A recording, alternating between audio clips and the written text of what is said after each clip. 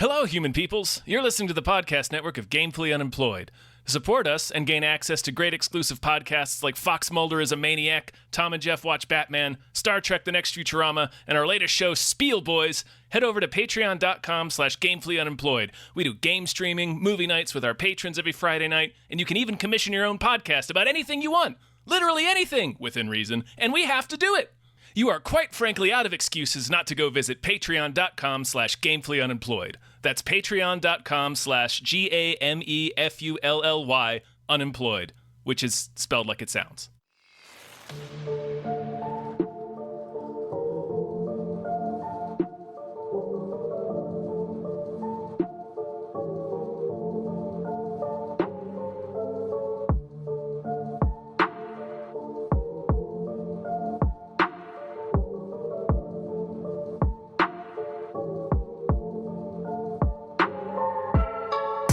Welcome to Screamplay, a show about spooky video games.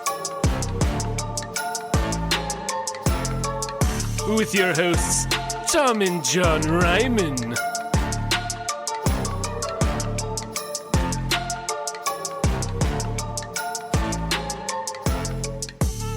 Hello, everyone, and welcome to Screamplay. It is a podcast about spooky video games.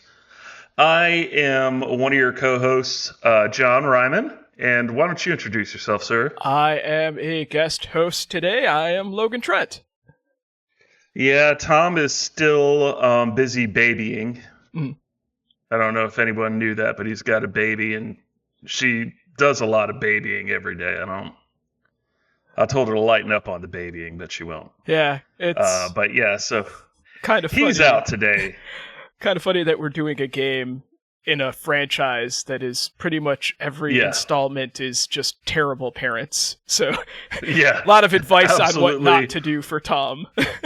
Horrible parents. Yeah. Horrible parents. And speaking of little girls, oh God, no. But yes, and speaking of little girls, we are playing, and if you've already read the title, you can tell, BioShock 2. Yep. And part of a franchise, I think, that is incredibly important to video games. I had to do a little convincing to Tom to get us to allow us to do it, but, you know, when the Toms are away, the Johns will play it, and I can do whatever I want. But it does have a lot of horror elements in it that we are going to talk about extensively. But, man, I love this game. Logan. Yeah. You picked this game. Yes. Yes. Why did you pick this game? Well, actually, listen, we're in the Fishbowl Diner. Mm-hmm. We're having a cup of coffee made out of seashells or whatever the hell they make it out of in Rapture. They make it out of, like, ground up sea unicorns or something like that. Yeah. Yeah, exactly. Like seahorses or sea cucumbers or whatever the hell they make it out of. What Dr. Suchan does, it's probably, like, the bones of some poor person that he kidnapped, because they're fucking weird in Rapture. Oh, gosh, we all know that poor people bones taste so good boiled and, like, you know, strained over water.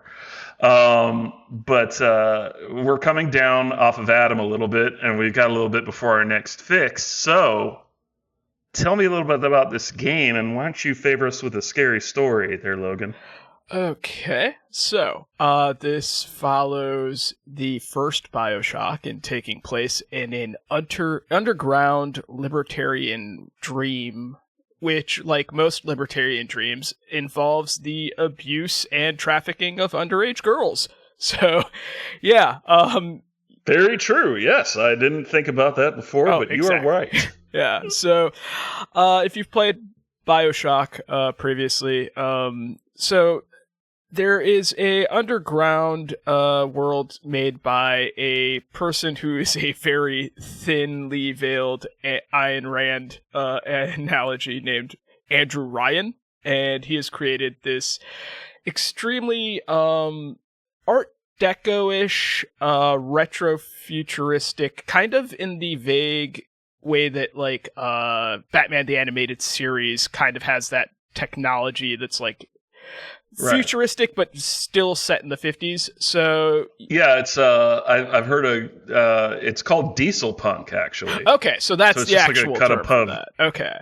Yeah, it's just a cut above steampunk, but it's like diesel punk. Is what Yeah, it's called. so it's an entire underground city that's just a booming metropolis until a civil war breaks out and everything goes to shit.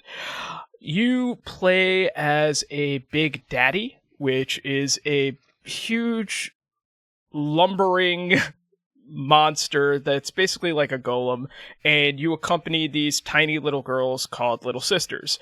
And there's a specific underground sea slug that they find gives a thing called Atom. And when Atom is injected into people, it can create special powers, or you could use it to manipulate your genes in a certain way so that you can have some... Right, it rewrites your DNA. Yeah, so that you can have unique abilities like shooting flames out of your hands, or shooting electricity, or hypnotizing people, and a bunch of other stuff to give you basic superpowers.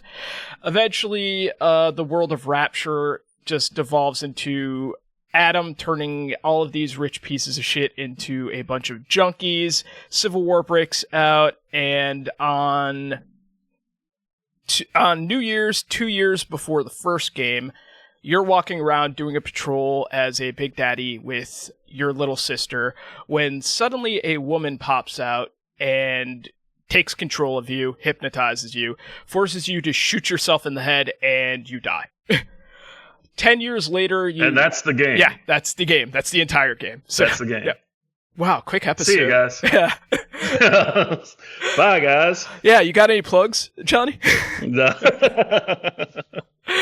But, so 10 years pass, and within that time, like I mentioned, this takes place the intro takes place 2 years before the events of the first game. In the first game, Andrew Ryan and all of Rapture pretty much goes to shit when a outsider named Jack, who you play as, and there's comes into Rapture and kind of just destroys everything in a very good way, because depending on how your character goes, you either save the Little Sisters or you lead to a nuclear war You kill all on of them. Earth. Yeah. I believe that the good ending is the canonical ending because the other games couldn't exist otherwise. So, yeah, 8 years have passed since the events of the first game. You wake up in one of the I forget, Vita tubes, which basically is where you regenerate whenever you die in these games, because your little sister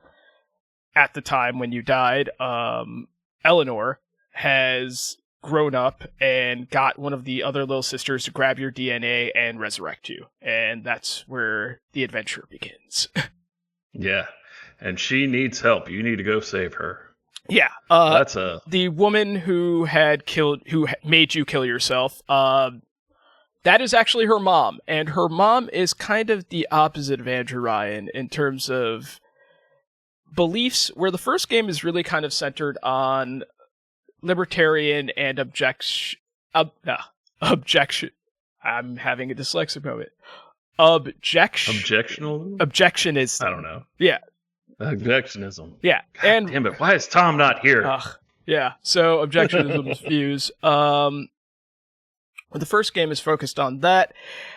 Her whole thing is collectivism. She believes that everyone should be sacrificed for the greater good, and it's the worst version of that possible because, again, the little sister that you were paired up with was actually her daughter, and her whole plan is to gather all of the Atom that she can and absorb all of the knowledge of the different thinkers of there and put it into her daughter, eliminate her daughter's free will, and have her create a utopia by just forgetting about oneself, because oneself is what leads to selfishness instead of focusing on the collective. She's a terrible mom. So, yeah. She's a terrible person, yes. Yeah, mom, person, everything. She's horrible.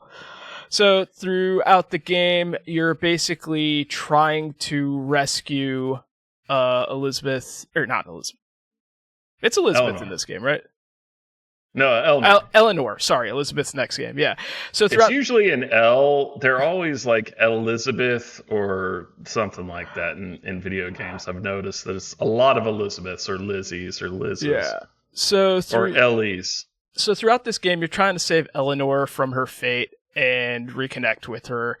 Obviously, her mom is just trying to prevent you the entire time. Her mom, Sophia. Throughout the game, you're met with moral choices, whether to kill certain villains that are blocking your path or just allow them to live. And depending on the choices you make, it leads to whether you have a good ending or a bad ending. So, yeah. Quote unquote good or quote unquote bad. Yeah. Actually, no. Actually, it is pretty black and white. It's good or bad. Yeah. So, wow. That's pretty much it. Yeah, I kind of want to save some of the details and stuff for the other segments. Yeah, definitely. But that's just basically the quick rundown. Just like the first game, it's a very story-rich game, which I love. But thank you for that spine-chilling tale. And so right now, what we're going to do is we're outside the Sinclair Deluxe. And a little guy that we know has a room here. His name is Vincent Price. And this is going to be our substitute Spookaboo Manor for today. So it's time to enter that indeed Spookaboo Manor. Now I invite you to step inside Spookaboo Manor. This is the portion where we talk about the scariness of the game, the spookiness, and of course, very important in these series, the story of the game. And since you already gave us a very thorough rundown of the story in this game, this is one of my favorite series of all time, the BioShock series. The first game being my favorite game of all time. And you said something very interesting when you brought this up, and it's something that I agree with, is that this game is often overlooked and underrated. Yeah, so there was okay, so I did not play video games or even own a system for, I want to say, like 15 years or something. And right like before pandemic, I had bought a PlayStation specifically to play Spider-Man, and I just, did not. It stayed in my closet for like 5 months. Then pandemic happened, so I'm like, welp, I'm going to have a lot of free time. So I started playing that, and one of the first series I wanted to play was BioShock, just because I love the visuals of it. Like I said, it's very influenced by... There's a lot of similarities to Art Batman, Deco. the animated series. Yeah. Even the logo uses the Andes font, which is the animated series font. So that always appealed to me. But I remember when I was playing it that I had always been under the impression that the second one was like garbage. Because I had always heard like, oh, 1's great, it's amazing. And then I remember people really liking 3 when it came out. And like 2 is always just like, oh, this sucks. So I was kind of like, I'll play through it just to get like the story before I jump to 3. But while I was playing it the whole time, I'm like, what the fuck are people talking about? This is literally my favorite installment of the series, especially when you pair it with Minerva's Den, which is the DLC. I think it's easily better than 3. I like a lot of aspects of it better than 1, so overall I like this the best of the series. It's definitely, and we'll get to talk about this a little bit later in the Boneyard, it's definitely the one I think with the best gameplay. Yeah, by far. But I never heard like people that said they didn't like it. I heard people like saying, no, it's a good game, it's just not the first one. And then Infinite, which came out, and I love Infinite as well. It's a fantastic, beautiful game. But that came out, and it was pretty much only, okay, what do you like? Do you like the original BioShock or Infinite better? And 2 just kind of falls by the wayside, and kind of people forget that it was a thing, that it was a game. But I remember being extremely excited. I was kind of like you, up until like I didn't really start playing video games until I was like maybe 27 or 28. And I really wanted to get. I didn't know which like system I wanted. I ended up getting like a PS2 or 3 or something. Yeah. And I really wanted to play BioShock, and I played that. And BioShock was like the first game that showed me that story could be a main feature of a video game, because I felt so immersed in that world and with that story. And it was such a good emotional story too. I mean, it actually, like, I was like, wow, I didn't expect any, like the classic twist, which I know everybody already knows, but I didn't see that coming. And Neither did I. Andrew Ryan is such a great villain. He is like, he's like objectively kind of hilarious in how much he does not care about other people. Oh yeah, he's a dick. It's just cartoonish, but like he'd be a nightmare in real life, and people like that do exist. And Logan, they have been planning or attempting to make libertarian cities at sea for like decades. Yeah, it's insane. This is not that pops a new up idea. Because I think there's even an animated series episode with Mr. Freeze where there's some rich douchebag who wants to become Mr. Freeze and has a like sea-based world, and he ends up being frozen there. So it's a trope that keeps popping up specifically with these types of rich assholes. So yeah, but this really does examine it a lot. Oh, yeah, in such a fun way too. Go ahead. Like, yeah, so the thing that I like about this, in terms of, like, I think this is scarier than the first one, because with the first one, you just kind of look at, like, the big daddies and, like, all the little sisters, you're like, okay, you kind of take pity on them, but at the same time, the big daddies you just hate, you're like, they fucking suck, blah, blah, blah.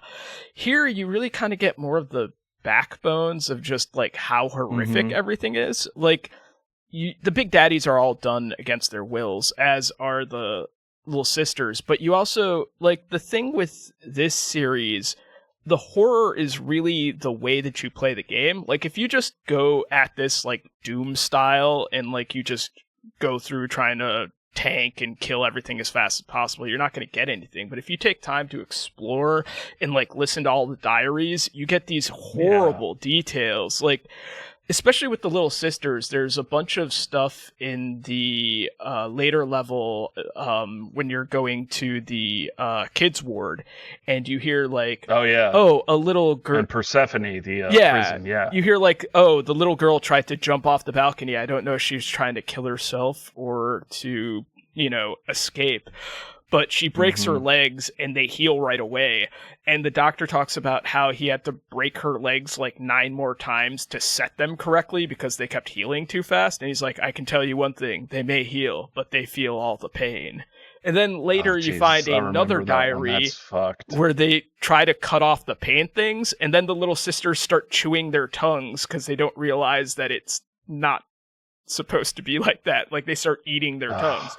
So, like, you have to like kind of pace it out, and you start finding all the details. Like, that's where all the horror lies with me in that. The horror is unseen. Yeah, you're right. And the horror is unseen. Even the big sisters, like, the big sisters are terrifying in this. Whenever they attack, you have this sound that gives you like a 30-second warning that you're about to be attacked by a big sister. She'll scream 3 times, and then after that third scream, she comes out. Yeah, and like in the first game, I would just treat that like a big daddy, where it's like, fuck this thing, it's a big thing. But then you realize later on, like, the big sisters are just like the little sisters that grew up in those 8 years, and they can't be little sisters anymore, so they just forcibly turned them into big sisters. And as opposed to like the little sisters, they've also become insane. Yeah, they've also become insane. And as opposed to like the little sisters, where you could save them, you have no chance. You have to like kill them. So it's even more horrific. Like, because that's what you're fighting against with Eleanor. You don't want her to have a life like that, and you also don't want her to lose her sense of self. So it's a lot of like morality horror and also visual stuff too. But Like, oh yeah, they have people like hanging, people like stapled to the wall with like harpoons and stuff. They have all the splicers look gnarly. They've all been mutated from the atom, and they're distorted and have growths everywhere. It's messed up. Yeah, so with like this, like I get why some people say like, oh, it's not a horror game, but I think that's really like it's up to you to kind of like, depending on how you play, create it yourself, like the horror in there. So yeah, I've seen it called both. I've seen people say, yeah, it's considered a horror game, or no, it's not. It has horror elements, though. But definitely, if like you read, especially what you're talking about, like reading between the lines and actually listening to the audio diaries and files and whatnot about what's been happening, and the fact that like Sophia Lamb, who's the villain in this game, has actually been sending people to the surface to kidnap little girls along the coastline.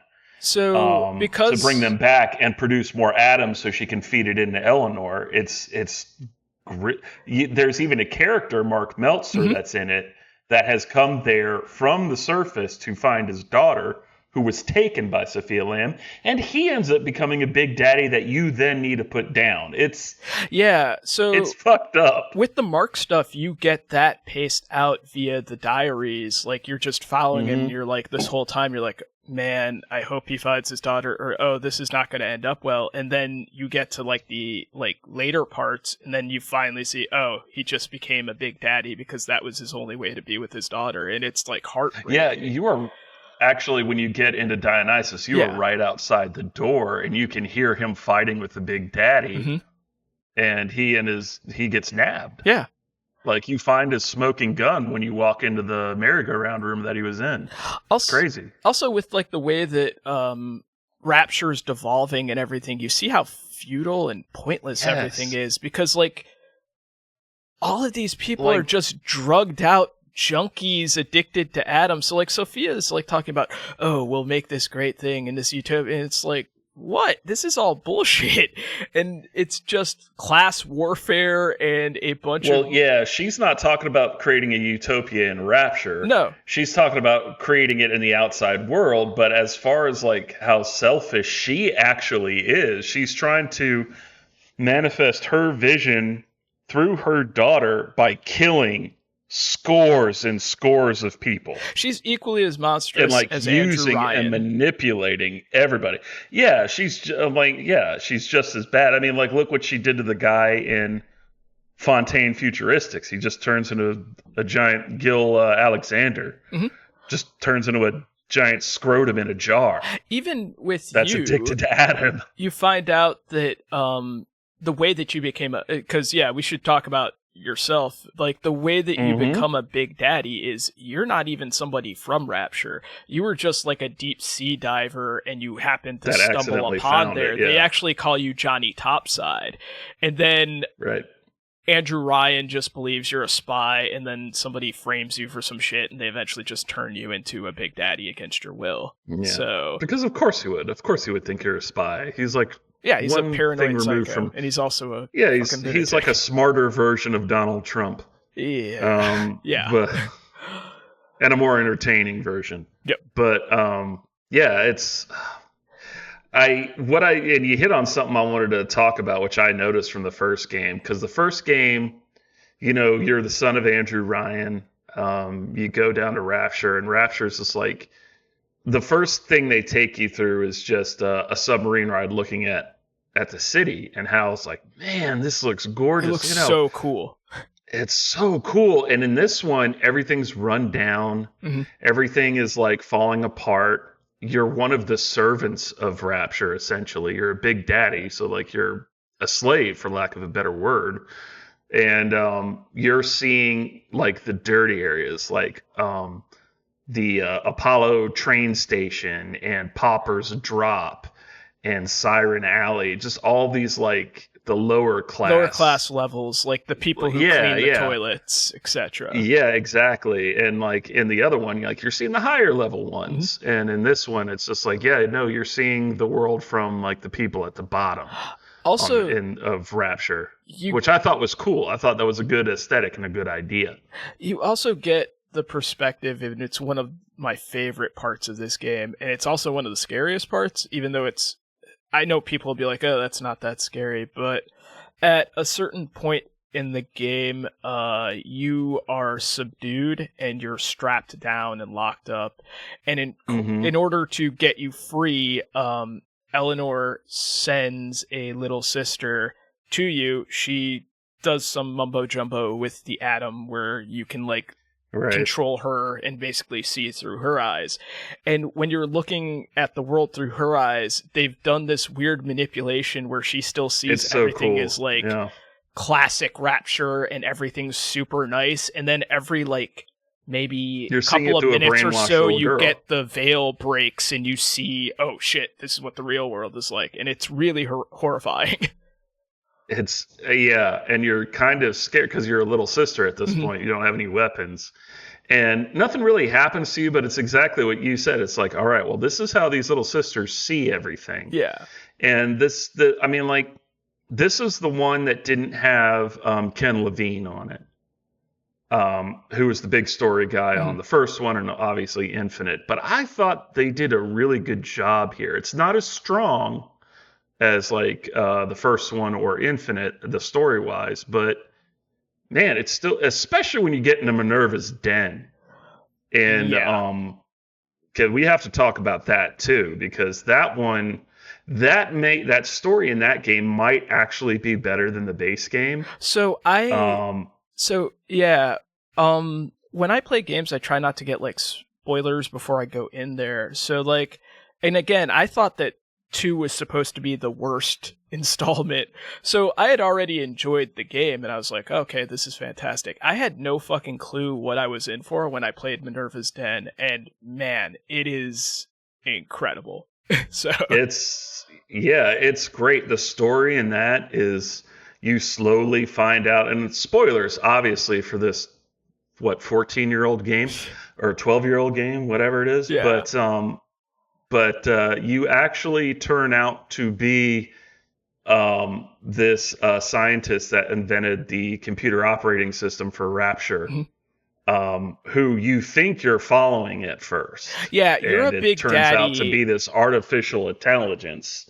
Yeah, you're a big daddy, Sigma and you're getting instructions from this scientist this whole time saying what to do, and he's like lamenting that his wife died, and he's telling you like, okay, you have to do this, you have to do that. Well, I mean, it is Martian Manhunter. He has to tell you his exactly. Yeah, he is Carl Lumbly, isn't he? Yeah. My wife died. Back on Mars, my wife was murdered by some crazy German scientist, and Andrew Ryan wouldn't let me go home. It's a German scientist who looked like John Travolta as Howard Saint from the 2004 Punisher film. The 2004 Punisher movie. I can't do that one, but I don't want to do copyright. You guys know what we're talking about. Yeah. So, but I'm his brother. That makes me immune from copyright. That is true. So I can steal whatever I want from him and say it's mine. You can steal the baby, and frequently do. But that's so you find out that this operating system is actually the one giving you the instructions, and you're the scientist. It's AI had taken its personality on, and you're the scientist who actually lost everything and had been framed and turned into a big daddy. And you're helping Bridget Tenenbaum get the operating system and the cure for atom sickness. Yeah, to save out of Rapture. Sisters. So, and you turn to a human at the end. It's a better story that nothing against the main story, but this is almost a better story than the main game. It's a more condensed version, and then like the last part, the ending of the game is you finding like your quarters that you lived in, and you're just examining it and looking at what your life was like, and there's no combat whatsoever. It's just a silent like meditation and the audio logs, your humanity, and, like, and lets it wash over you. How you were trying to like get your AI operating system to mimic your dead wife because you thought it would make you feel better, and it just horrified you. Yeah, so it's so good. Yeah, it's this, like, I know people really like some of the story stuff with like 3, but I think this is between both your relationship with Eleanor and also with the Minerva's Den thing, I think this has the best character stuff, and I just really It's like less it. convoluted Yeah. than Infinite. I will say that. There's also a lot of but body horror in this too, I feel like. It's in the first two BioShocks, yes. Yeah. It is, like, especially with what happens to Gil Alexander Mhm. in Fontaine Futuristics, which might be my favorite area in the game. I love But, the Gil stuff because Gil's. So with the Gil Alexander stuff, you're basically getting these diaries and instructions from Gil before he became the monster, and he's instructing you to kill him as the monster. On how to kill him. And now, so you get the choice. You can kill him and get like a worse ending, or you could let him live and not get the worse ending. And it kind of makes sense because the monster you find isn't Gil. Like, Gil's already dead, so his request to like kill him really doesn't have anything in there. So the last thing that you get is this monster who's trapped in this fucking container and really isn't going to go anywhere, just begging you not to murder it. So yeah, Yeah. and the same thing goes for like Stanley, the dirtbag reporter. Mhm. It's like, oh man, I can't wait to kill this guy, but then he's like begging you for his life, and it changes a little bit the way you think about it. It's just like, yeah, man, he's begging. Like, I don't feel good about killing somebody that's on their knees begging for their life. It's just like, that was really the Gil one though was hard because Gil is telling you, look, yeah, whatever is in there, like, I would rather be dead. But then, like, he's begging you, and he's like, look, like, I'll leave you alone. Just let me go live outside. I'll live out there. and like it's he like, oh, is dead. shit. Like Gil is dead. He's just Alex the Yeah. Great or whatever he was calling himself. So Well, when you go through the Little Sisters view later on, like you were talking about in the game, you also go through these statues that show you the interactions you've had with the major NPCs of the game. And when you get to Daddy meets Uncle Gilbert, he's pulling him out of the mouth of a monster. yeah, So I'm like, oh, apparently well, that those must be a good thing. apparently those change if you kill those characters, and instead, Yeah, like if they you do. murder him, it's like you murdering a giant Or sea fighting creature or something. you're fighting a giant sea creature. Yeah, so it's like little details like that that I really like about this game, and that kind of Oh bring me yeah, back. it's fantastic. I Yeah. love this game.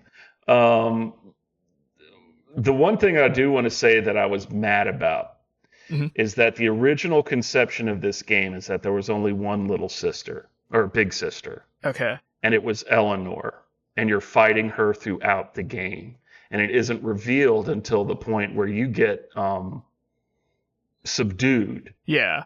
It was supposed to be at the end of that fight, you find out that you've been fighting Eleanor, and now you fought her to the point where your heart stops. And then, like, the whole rest of the thing is, like, you have to save Eleanor at that point. But, like, they chickened out and said, well, we didn't want the... and this was back in, like, 2008 or 2009, so it was a different time. But they said, we didn't think that the players would like it if they couldn't defeat the big sister, every time they fought her. Eh. I'm like, but we've gotten so much, like, gamers have become so much more savvy when it comes to, like, good stories Yeah. that I think that would have been okay, and it would have been better if they had done it that way. Just one big sister, and it's she's still speaking to you, but she's imprisoned in this body and she has no free will. That would Which, have kind of gone- further, shows how far Sophia is going with this.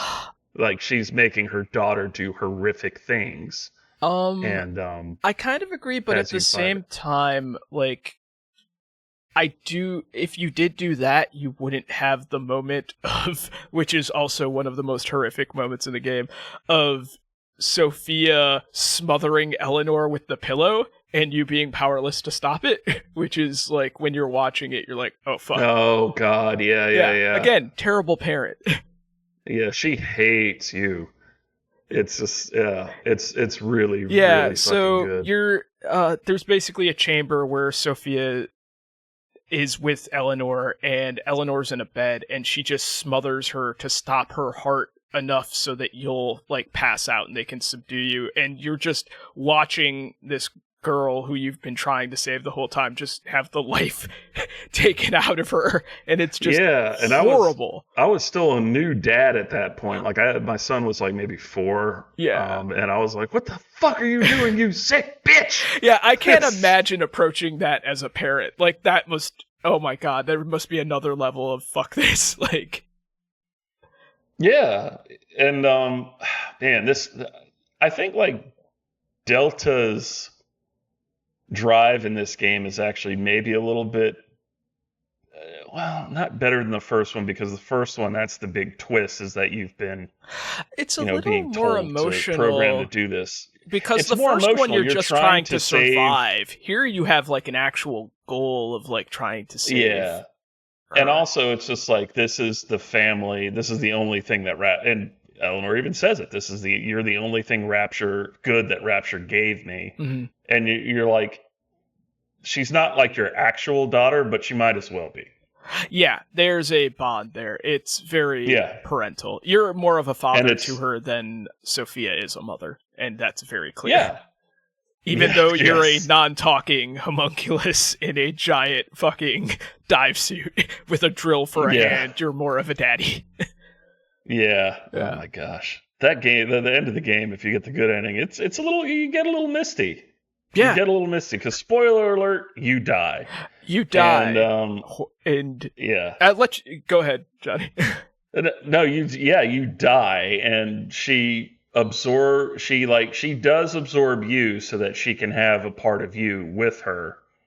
And she injects her little sister needle gun into your body, and then you die, but then you're like seeing everything through her eyes at that point. Yeah, you watch your own death. Yeah, you watch your own death, but then it's her. She's on the surface with all the little girls that you've saved. It's sunny, and it's a nice little hero's ending. It does make you a little weepy. It makes you a little misty. Yeah, because the whole time she says, "I want to feel the sun. I want to feel the sun," and it's literally the ending. You just see her, and then all these other little girls that you have saved by not, killing them when you take the atom from them, and it's just. Okay, I can live with this. Yeah. Yeah, and I mean, and the big daddies have been like they're golems. They're just like, they don't have any agency. They don't have any choice in the matter. They're an iconic image from the series, and they get to be the hero this time, which I thought was cool. Also, it's fun as hell to play with them. Yeah. Speaking of, let's take I guess it's a watery graveyard, so we're gonna have to go through the airlock or some shit. Burial at sea. Let's put on let's put on our Big Daddy suits and go waltzing off into the murky deep and visit the boneyard. Perhaps now we should go traipsing through the boneyard. Guys, this is the part of the show where we get into the bones of the game, essentially the gameplay. How much fun was it, etc. And we've already mentioned it before, but I think this kind of plays better than the other games in the series. Yes, I enjoy the weapons options better. I enjoy the plasmids better. I enjoy just being a big daddy. It's a lot more fun and also just interesting, I think. Yeah, and I thought it was a good call that you're fighting a cult, essentially, because it's like you're a big daddy, so you can fuck things up. But if you got like a swarm of people coming at you, and you do get swarms of people coming at you, it can get pretty dicey pretty fast. So I did like that change that they made. They threw a lot more dudes at you. I loved the collecting. Mm-hmm. When you get a big sister and you have to go find Adam now. Now you have to defend her from incoming splicers and setting up your traps and everything. I'm a big trap guy in that game. Yeah. So like I set up a perimeter like hardcore before I start. Yeah, lots of proximity mines and rivet. I hack every camera, every turret, anything that I see that I can hack, I hack. And those fights can be a lot of fun. the one gripe I have about the gameplay, is that you become unkillable pretty much at a point. Like when you get into Persephone, Yeah. and you fully research like the brute splicer, so you have like armor skin plus, and if you double that up with the first one, along with telekinesis 3, where you're just like grabbing people, and that's awesome, by the way. Where you can grab actual people and just pull them into you and then drill the shit out of them. Bees. Shoot bees at people. Oh God, that's my favorite plasmid, by the way. That was my favorite one, the first one, and it's still my favorite one, the second one, even though it's not as viable. I'm just like, fuck yes. Bees, yes, please. I will say this, though. Even though you become a tank in there, when you're that big, because you're in, like, the insane asylum, pretty much, there's a lot of times where you just being strong doesn't matter, because you'll just be, like, walking past, like, a splicer who's just sitting there, like, crying, and it's, like, that's where, like, the horror comes in. It's like, I don't want to fight this person, I'm just gonna leave him alone, and it's just sad as fuck. Oh, when she the bad guy Lamb, she floods Siren Alley, and you're just like, there's this huge like the warning sirens going off, and like everything's flooding up, and you just see people weeping like on the floor. Yeah. And it's just like, fuck, dude. Oh, I'm gonna be fine because I have a deep sea diving suit on, but y'all are fucked. And that's another thing I like that they added in this game, is you get to walk outside. That is so much fun, and so much fun to explore. Yeah, you feel more like you're under the ocean in that one, whereas in the first one you couldn't really get. They wanted to try to have something where you go outside in the first one, but I think they just couldn't. It was an indie game, so they just couldn't afford it. Yeah. But this one, you get to go outside. You get to collect slugs that are outside, which is fun. You get to see sharks. Yeah, you get to see sharks that are just fucking big great whites that are just kind of like cruising around. Like, man, there's a heavy concentration of great whites in this area. Well, I mean, there's a lot of dead bodies, so they're probably... this is that's a buffet. True. Yeah, that's true. This is like Golden Corral for sharks. I'm going to go over to the carving station and get a little bit of this tweaker. But yeah, it's the gameplay's really good. This has the problem that I think the other two games do with, they don't know how to end the game. And they're just like, well, let's just do... Everyone comes at you. Everybody comes at you at once. Yeah. Like, because we don't want to do the shitty boss fight that we did at the end of the first game, because that boss fight is shitty. He looks like a goof. That's one of the reasons why I put, like, number 1 a little bit lower than 2, is just... He looks so fucking goofy when Fontaine puts all of those atoms in them. He's supposed to look like the statue of Atlas from the cover. Yeah, but he just looks like Monty Burns when he wore that huge weird suit that melts on the Simpsons. It's not great. Yeah. It's not great. But like that's... And again, that's why Minerva's Den stands out so much, because you're like, okay, am I going to have a huge fight? It's like, nope, silent meditation. Yeah, silent meditation. Yeah, and we're going to use... Yeah. Damn, Minerva's Den's so good. I'm going to play that immediately. But yeah, the ganking at the end of this game, I didn't particularly like Persephone, because at that point it was just like, well, I have all this stuff. It's the end of the game, and I'm just kind of walking through people, and the Persephone's not that interesting looking. It gets a little tedious because you end up with, like, near there, it's just like every other person is a big daddy, and it's like that just gets a little, the novelty wears off after fighting like 7 of them in a row. Yeah, the Sinclair getting turned into the big daddy bummed me out because I loved Sinclair, but I was just like, okay. So it's not really a boss fight. I'm just fighting another one of these alpha series. All right. Yeah, the BioShock has always had a problem with like quote unquote bosses. Mm-hmm. They've never done them really, and they've never done them well. Yeah, that's a shortcoming, but Yeah. that's with all the games. The dual wielding a plasmid and a weapon at the same time. They didn't do that in the first one, and it's in this. A and lot it's more awesome. fun. The hacking A lot more mechanism's a fun. lot better in this. So much better. Yeah. Oh my god, I'm so happy I didn't have to do pipe dream to do this. Yeah. I got really good at the hacking in the first one, but it was still a pain in the butt. I'm like, all right, this is going to take me at least 45 seconds to hack this machine. And in this one, it was so much easier. Especially when you're and trying to set up all the better. traps and stuff, like you mentioned, because it's like, Yeah. if you had to set up a turret, and you have to get the camera, and you have to do this other thing, and you had to do it with the mechanisms from the first, it would be impossible. I always love doing that, hacking the first aid station, then they go running over there like dumbasses to try to heal themselves and they die.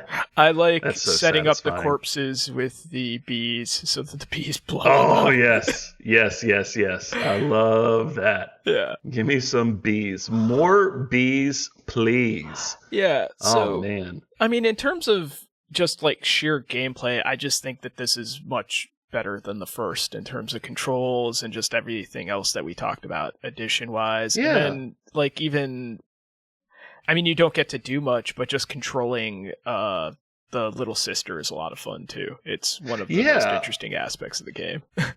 Yeah, they did actually kind of try to explore what else could be done with Rapture because Ken Levine didn't want to do another game in Rapture.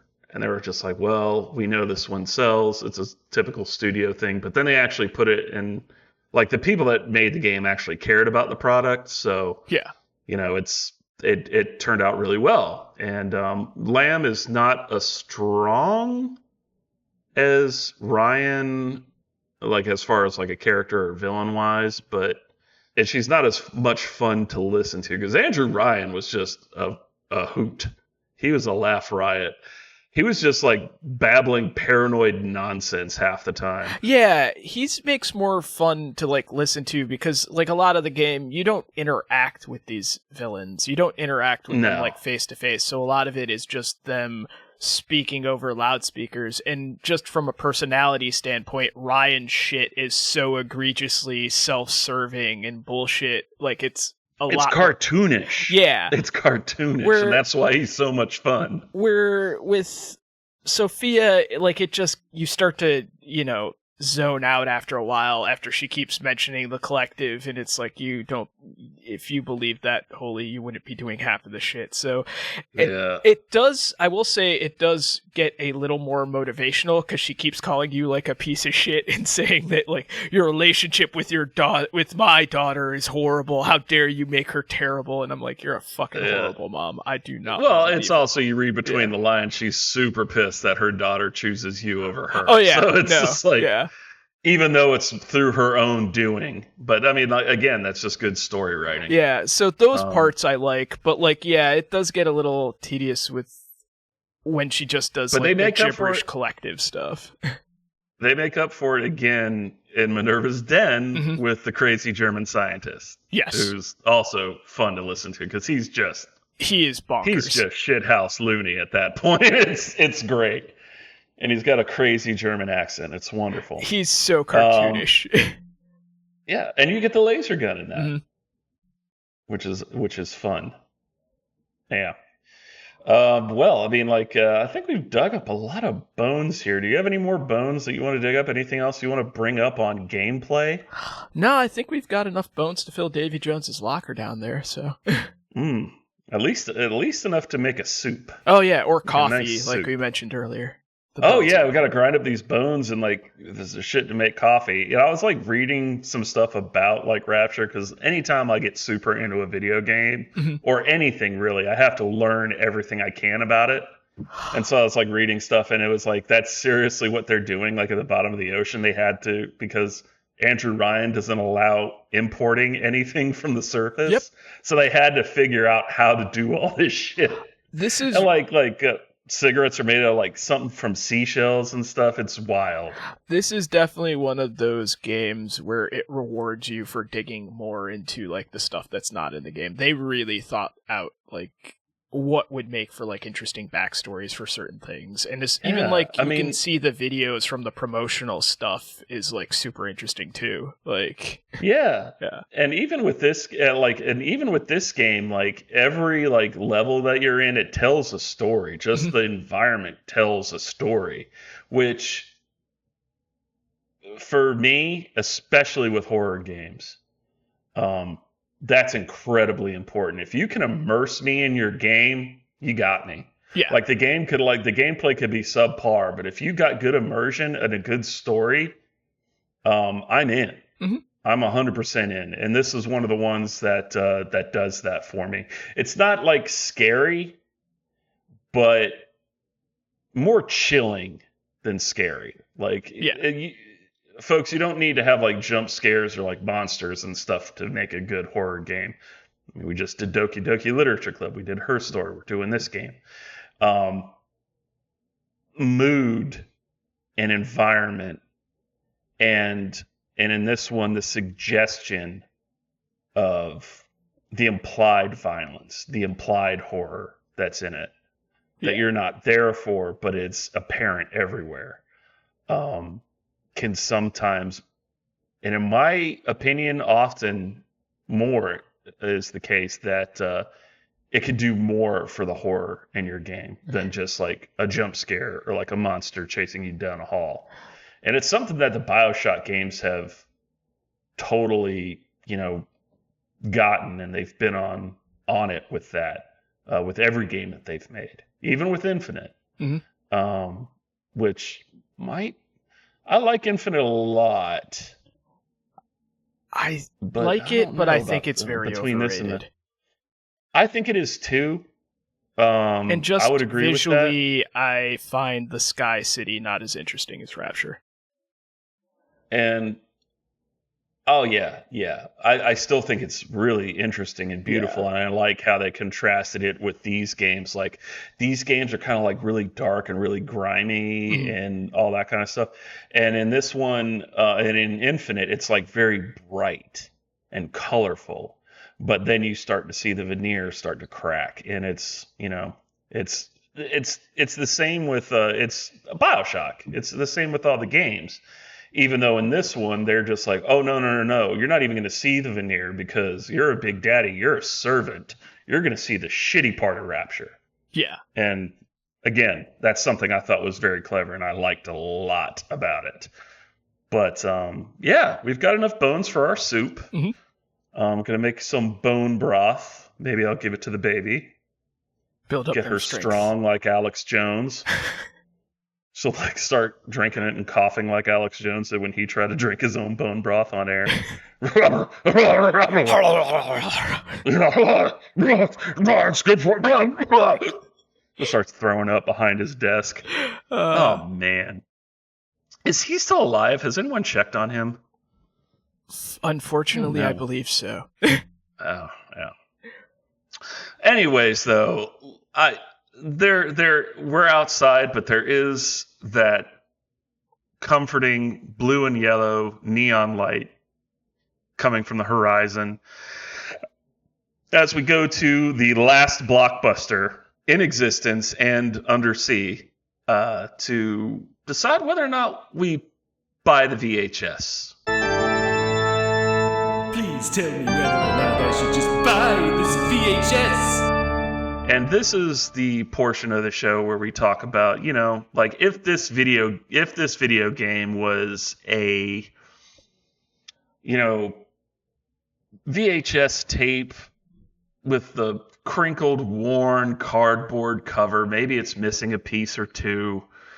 Maybe some college kid dumped bong water on it accidentally. If this was in your Blockbuster, would you buy this VHS if it were a horror movie? And Logan, you're the guest, and you brought it, so I think I already know your answer, but go ahead. Would you buy this VHS? Yeah, absolutely. Are you insane? Like, imagine this as an actual movie. You'd fucking watch the shit out of this. Like, first off, man. it's a bunch of fucking big daddies fighting each other. That would be visually awesome. The horror stuff would probably be even creepier with like actual actors Oh, as like man. the kids and stuff. The diaries would be insane. There's so many different aspects of this there's so many different parts of this that would make it so much fun to watch, and that's why they keep trying to make this into an actual movie or a series, but they keep failing. So I think it's still actually Netflix right now. HBO. No, Netflix. It's either Netflix or HBO. They have the rights and are producing a show. Yeah. Which, honestly, this would be a good show. This would not be a bad choice to make into a movie or a TV series. I think a TV series might be better, but I just think that about these things nowadays because the shows that are coming out are so much better than some of the movies. You guys seen Borderlands? Imagine this as a movie, like you can kind of up the horror action because you could up the horror stakes in this because it wouldn't be like a first-person shooter, which kind of negates some of the horror of it. Like you're just left with the scariness, which yeah, it's just like a horror noir. You could do with it. Yeah. No, I would 100% buy this. I would buy all three of them. It's like I said, it's my favorite. Yeah, my favorite video game series. Period. I would buy the box set and I would watch this a lot. Exactly. I would watch the first two the most. Yeah. And if I'm feeling saucy, I'll go see the second. I'll throw on Infinite because it's a good game. It's a really, really good game. It's just not Rapture. It's not.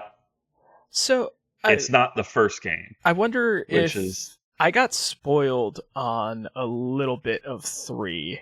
So I wonder if that might cloud my judgment with my not liking it as much as the other two, where I came the into ending those, like, The ending is extremely confusing. I don't like the ending of BioShock Infinite. It's extremely confusing. I do like the DLC that comes with it, though. Again, like they do DLCs fantastically, which is kind of crazy considering how DLCs usually suck for most. But what was the DLC was in Rapture? Yep. Again, Rapture rules. Yeah, Rapture's dope, and seeing it with that generation graphics, I was like, man, just put another thing in Rapture, please. Set it before the New Year's Revolution. Just do that.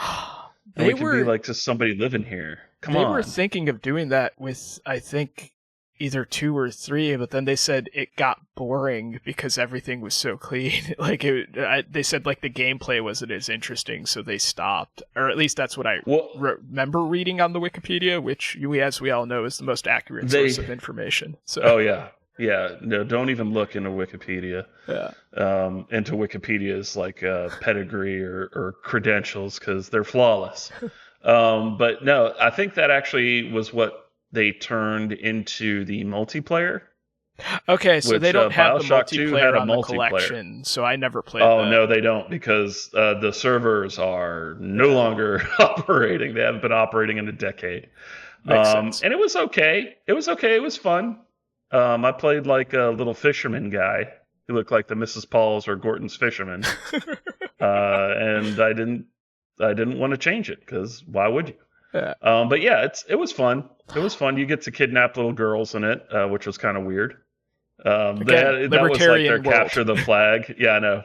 It was the capture the flag. You had a little sister that you traffic had to hold the on girl. For That's time. what they have instead of capture the flag down in Rapture. Yeah. Yeah, you're just running around with a screaming little girl trying to fight you off her.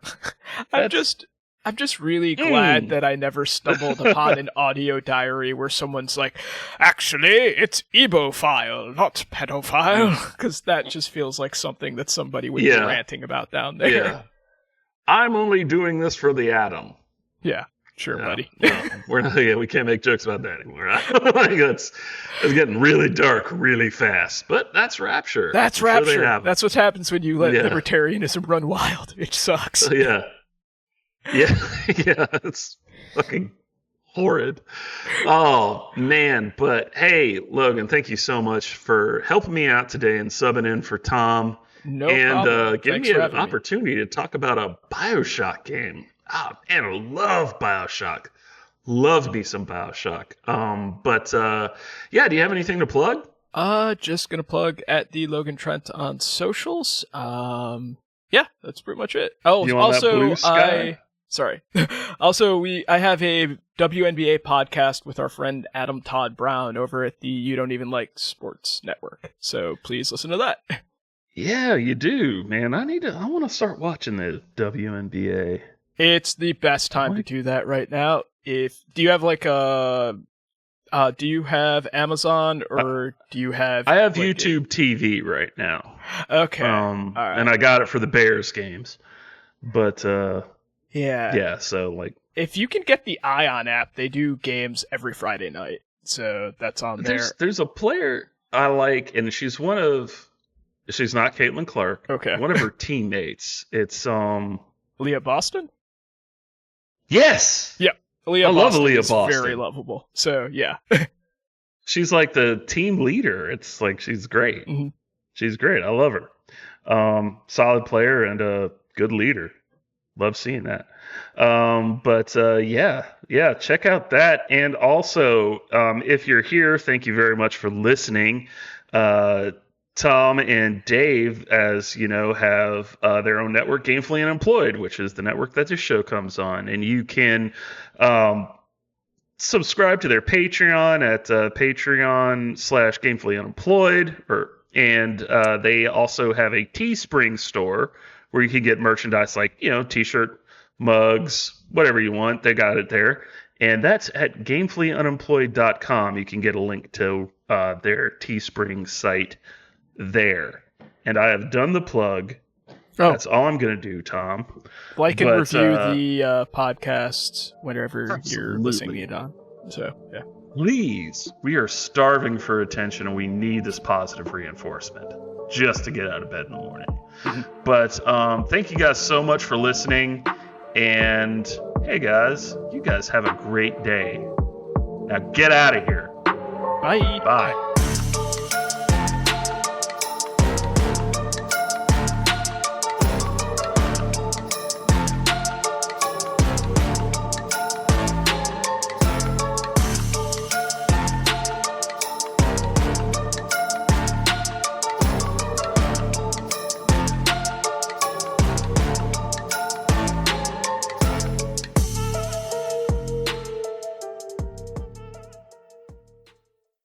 Our episode artwork is provided by Doc Garby. You can follow him on Twitter at _JDBurrows_.